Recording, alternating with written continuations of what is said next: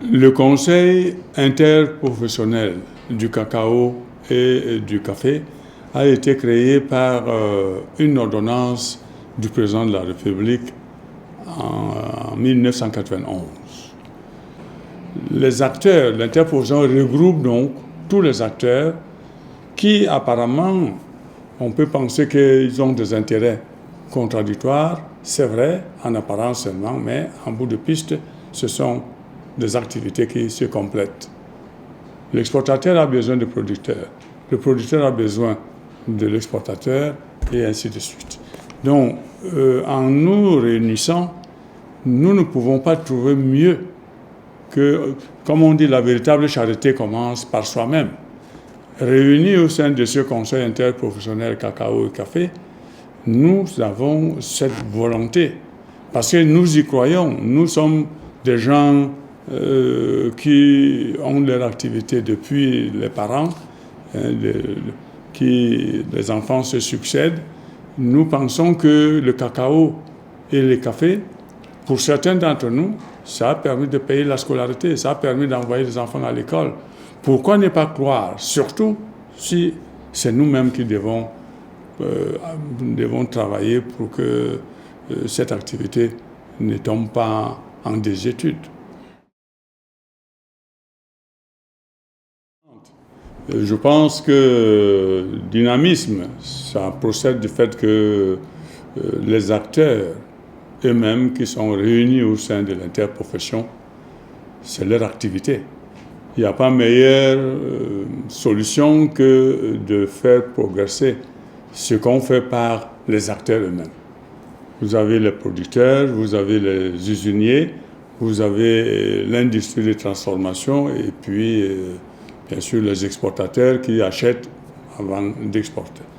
Donc, ce n'est pas difficile d'aller chercher où trouvent-ils leur dynamisme. C'est parce que c'est leur vie au quotidien.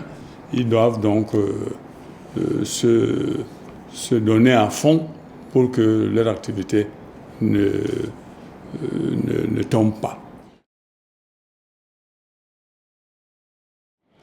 Les raisons sont multiples. La première, sinon je risque d'être redondant, c'est que c'est nous-mêmes. Mais nous-mêmes, vous connaissez, nous avons des projets comme New Generation.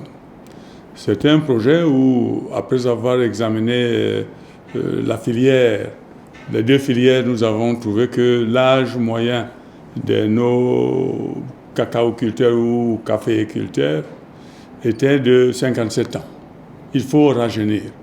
Je crois que ce rajeunissement est un élément important. Important dans la mesure où nous allons soutenir, nous, le Conseil interprofessionnel de café et de cacao, en demandant à ces jeunes qui veulent se lancer dans ce métier, nous allons leur apporter l'expertise, nous allons leur apporter tout le matériel nécessaire, à partir du matériel végétal jusqu'aux intrants agricoles. Tout ce que nous leur demandons, c'est qu'eux-mêmes, nous n'allons pas leur donner la terre.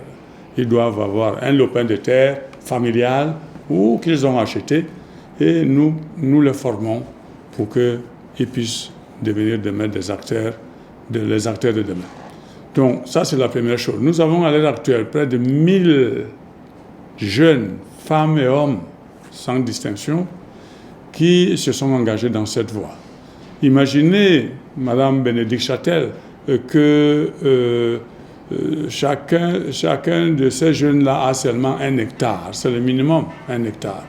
Si vous avez 1000, ça fait 1000 hectares. Et que dans la production actuelle, avec les nouveaux types de cacaoyers qui donnent, si toutes les bonnes pratiques sont effectivement respectées, la récolte atteint 1 tonne et demie à l'hectare. Même si nous ramenons seulement à 1 tonne, c'est déjà une avancée considérable. Ça, c'est ce qui nous pousse à penser que nous allons y arriver.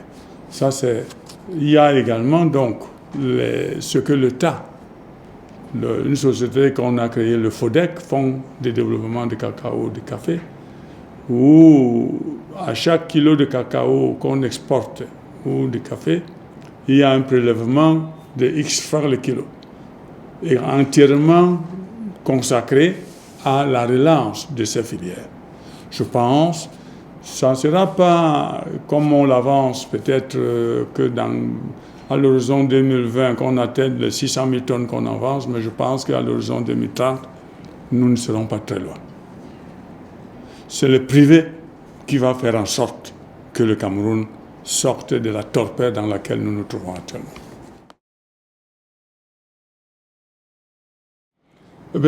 C'est une question, je suis juriste, si j'étais scientifique, je vous dirais que nous avons un cacaoyer, je commence par le cacao, qui a une couleur rouge. Je parlerai en nom, je ne suis pas scientifique, pour ça j'utilise des termes terre à terre. Cette couleur est, je crois, unique dans tous les pays qui exportent le cacao. Il paraît que c'est très agréable pour ceux qui font soit du beurre, soit même du chocolat. C'est ça qui donne à notre cacao, nos fèves de cacao, ce goût exceptionnel. Pour ce qui concerne le café, je crois que nous avons l'arabica notamment, qui est également un goût doux, et là très particulier aussi. Je crois que tout cela procède afin de la qualité de la terre, qui est toute particulière par rapport aux autres pays producteurs de cacao, producteurs de ces mêmes deux produits. C'est ça qui fait que notre produit est très apprécié, que ce soit le cacao ou le café.